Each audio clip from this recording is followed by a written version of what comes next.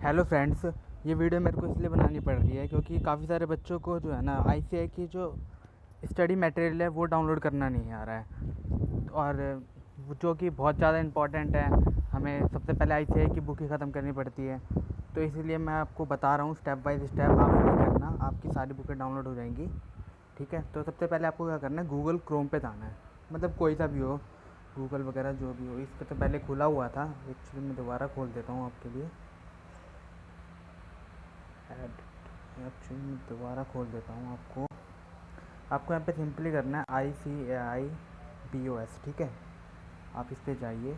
सबसे पहला जो लिंक आएगा BOS knowledge portal ICAI the institute, इस पर क्लिक कर देना आपको सिंपली।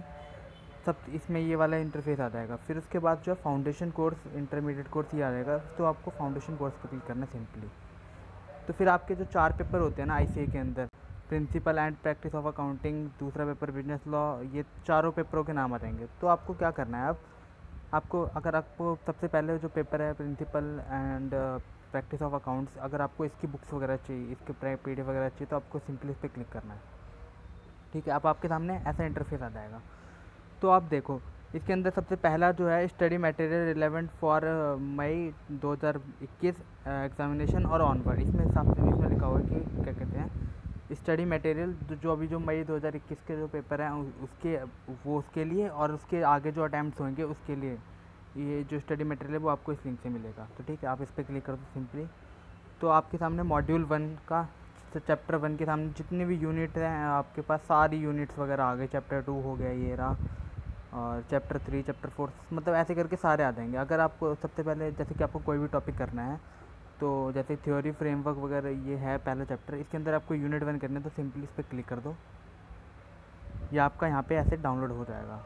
ठीक है, अब ये आपका खुल गया, ये आपकी बुक हो गई। आपको जो भी टॉपिक करना है वैसे आप कर सकते हो इसमें। ओके, ऐसे ये हो गया, अकाउंट्स का हो गया, और ऐसे ही आपका बिजनेस लॉ हो गया। आपको इसके अंदर भी हमारे दो, इस बिजनेस लॉ के अंदर हमारे दो होते हैं, एक बिजनेस लॉ और एक business BCK, business commercial, business commerce corresponding and reporting. इसके अंदर हमें इंग्लिश वगैरह का पोर्शन वगैरह होता है।